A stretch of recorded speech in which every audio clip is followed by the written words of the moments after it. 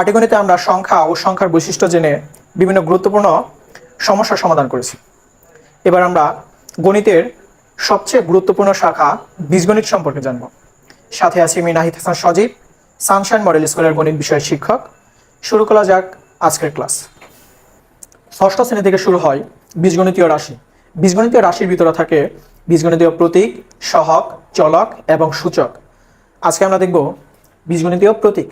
পাটিগণিতের সংখ্যা প্রতীকে বা অঙ্কগুলো 1, 2, 3, 4, 5, 6, 7, 8, 9 এবং 0। এবং বীজগণিতের সংখ্যা প্রতীক বা অঙ্কগুলো 1, 2, 3, 4, 5, 6, 7, 8, 9 এবং 0। তবে বীজগণিতীয় সংখ্যা প্রতীকের পাশাপাশি অক্ষর প্রতীকও ব্যবহার করা হয়। কি কি অক্ষর প্রতীক ব্যবহার করা হয় চলো আমরা একটু দেখে নেই। অক্ষর প্রতীক যেমন A, B, C, M, N, O, P, Q, R, X, Y, Z। আমরা ইংরেজিতে লেটার এ থেকে জেড পর্যন্ত যে কোনো অক্ষরই আমরা অক্ষর প্রতীক হিসেবে ব্যবহার করতে পারবো। এখন আমরা বীজগণিতীয় চলক সম্পর্কে জানব। বীজগণিতের অজ্ঞাত রাশি বা অক্ষর প্রতীককে বীজগণিতের চলক বলা হয়। যেমন 5x, এখানে যদি আমরা দেখি আমাদের চলকটা কি হচ্ছে x। ঠিক একই রকমভাবে যদি দেখি 6x + 10 = 0, এখানে আমাদের চলক হচ্ছে x। চলো বন্ধুরা আমরা আরো কিছু বীজগণিতের চলক দেখে নেই। 9a + 10 = 11, এখানে আমরা দেখতে পাচ্ছি কি আমাদের চলক হচ্ছে a। আরো কয়েকটা উদাহরণ যদি দেখি 7m - 7 = 0, এখানে আমাদের চলক হলো কি m। এই ছিল আমাদের বীজগণিতীয় চলক। বীজগণিতীয় প্রতীক ও চলক শেষে এখন আমরা শিখব বীজগণিতীয় সহগ। চলো বন্ধুরা বীজগণিতীয় সহগ কাকে বলে সেটা জেনে নিই। কোনো একপদী রাশিতে চলকের সাথে যখন কোনো সংখ্যার গুণক হিসেবে যুক্ত থাকে তখন ওই গুণকগুলোকে রাশিটির সাংখ্যিক সহগ বা সহগ বলা হয়। যেমন 3m 8xy। চলো বন্ধুরা আমরা আরেকটু দেখে নেই 3m কিভাবে m এর সহগ 3 হবে। 3m, এটাতে আমরা দেখতে পাচ্ছি কি 3 এবং m, আমাদের উপাদানগুলো কি কি আছে 3 এবং m। আমরা একটু বীজগণিতীয় সহগ কাকে বলে সেটার মধ্যে একটু চলে যাব। কোনো একপদী রাশিতে এখানে আমাদের পদ আছে একটা। এখন পদ আমরা কিভাবে চিনবো সেটা আমি পরবর্তী ক্লাসে আলোচনা করব। আমি একটু বলতেছি, তোমরা একটু দেখো। চলকের সাথে যখন কোনো সংখ্যার গুণক হিসাবে যুক্ত থাকে, দেখো আমাদের এটা হলো একপদী পদ, এটার সাথে আমরা কি কোনো সংখ্যা গুণক হিসাবে দেখতে পাচ্ছি? জি অবশ্যই আমরা দেখতে পাচ্ছি কি এখানে 3টা m এর সাথে গুণক হিসাবে যুক্ত আছে। তখন ওই গুণকগুলোকে রাশিটির সাংখ্যিক সহগ বলা হয়। তখন ওই গুণকগুলোকে গুণক হিসাবে কি আছে 3 আছে। তাহলে আমাদের m এর সাংখ্যিক সহগ কি বলতো? m এর সাংখ্যিক সহগ বা সহগ কত? m এর সহগ কি হবে বলতো? সহগ হবে আমাদের 3। একই রকম ভাবে আরো একটা যদি দেখি আমরা 8xy। বলতো বন্ধুরা এখানে x এর সহগ কি হবে? হ্যাঁ অবশ্যই তোমরা ধরতে পারছো, এখানে x এর সহগ কি হবে 8। কেন x এর সহগ 8 হয়েছে? আমরা সংজ্ঞার মধ্যে যদি চলে যাই তাহলে দেখো যখন কোনো সংখ্যার গুণক হিসেবে যুক্ত থাকে তাহলে আমাদের এখানে সংখ্যাটা কি হিসেবে যুক্ত আছে? গুণক হিসেবে যুক্ত আছে। এখন যদি আমি তোমাদের বলি y এর সহগ কত, তাহলে অবশ্যই কি বলবা তোমরা? এখানে কি হবে আমাদের 8x। নো, এখানে 8x টা হবে না। এখন তোমরা কি বলতে পারবে কেন হবে না?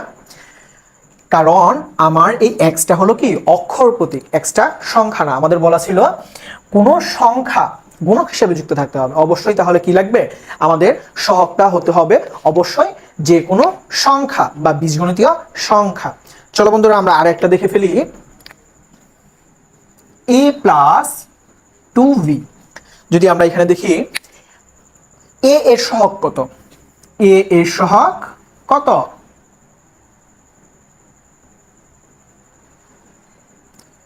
এখন কি তোমরা কি বলতে পারবে a এর সহগ কত? এখানে দেখতে পাচ্ছ a এর সাথে কোনো সংখ্যা নেই। কিন্তু কোনো যদি আমরা বীজগণিতের ক্ষেত্রে গুণ হিসেবে যদি কোনো কিছু না থাকে তাহলে আমাদের মনে মনে কি থাকে? জি, 1 থাকে। মনে মনে কি থাকে আমাদের? 1। তাহলে এ এর সাংখ্যিক সহগ বা সহগ কি হবে বলো তো বন্ধুরা? 1 হবে। এখন যদি আমি বলি বি এর সহগ কত? ঠিক ধরতে পারছো তোমরা, ইজিলি বলতে পারছো বি এর সহগ হচ্ছে কত? 2। আর আমাদের বাকি আছে কি কি? 3x - 2। এটা হলো তোমাদের হোমওয়ার্ক। তোমরা এটা হোমওয়ার্ক করে আমাদের কমেন্ট বক্সে সাবমিট করবা। তার পরবর্তী দেখি আমরা তিনটা পদ নিয়ে। তিনটা পদে কি কি আছে আমাদের? 4a + 5m - 6x। চলো তো বন্ধুরা দেখি আমাদের a এর সহগ কত হয়।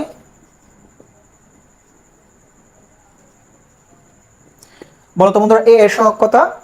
হ্যাঁ, a এর সহগ হবে 4। আবার বলো তো বন্ধুরা m এর সহগ কত হবে? m এর সহগ কি হবে? 5। কারণ এটা গুণক হিসাবে একটি সংখ্যা, গুণক হিসাবে m এর সাথে গুণক হিসাবে আছে, সেই সংখ্যাটা কি? 5। এখন যদি আমি তোমাদের প্রশ্ন করি x এর সহগ কত হবে? x এর সহগ কত হবে বলো তো? x এর সহগ যেহেতু আমাদের 6 এর আগে মাইনাসটা আছে, সো আমাদের মাইনাস কাউন্ট করে লিখতে হবে। তাহলে x এর সহগ কি হবে? -6। সর্বশেষ বিষয়টি বন্ধুরা আমাদের সেটা হলো কি? বীজগণিতীয় সূচক। এখন বীজগণিতীয় সূচক কাকে বলে সেটা চলো আমরা দেখে নেই। সূচক হলো শক্তি বা ঘাতের মান। আমরা তো জানি কি শক্তি কিভাবে, আমাদের শক্তি কতটুকু, ঠিক একই রকম ভাবে বীজগণিতের আমাদের কি আছে? শক্তি আছে। চলো বন্ধুরা আমরা দেখে নেই। এখানে যেমন আমরা দেখতে পাচ্ছি 2 কিউব। এই 2, এই কিউবটা হলো আমাদের সূচক। এই কিউবটা হলো কি আমাদের সূচক। এই সূচককে কি বলা হয়? শক্তি বা পাওয়ার, যেটাকে আমরা ইংরেজিতে বলি কি? পাওয়ার। যেমন কার পাওয়ার কত কোন পর্যন্ত, ঠিক আছে? ঠিক একই রকম ভাবে এটা হচ্ছে 2 এর পাওয়ার বা সূচক। আর তাহলে এখানে বলতে পারো বন্ধুরা দুইটা কি হিসেবে আছে? হ্যাঁ, ঠিকই ধরতে পারছো, দুইটা হলো আমাদের কি? ভিত্তি। দুইটা হলো কি? ভিত্তি। আমি কিছু তোমাদের হোমওয়ার্ক দিচ্ছি, সেটাই তো তোমরা নোট করে নিবা। দেখো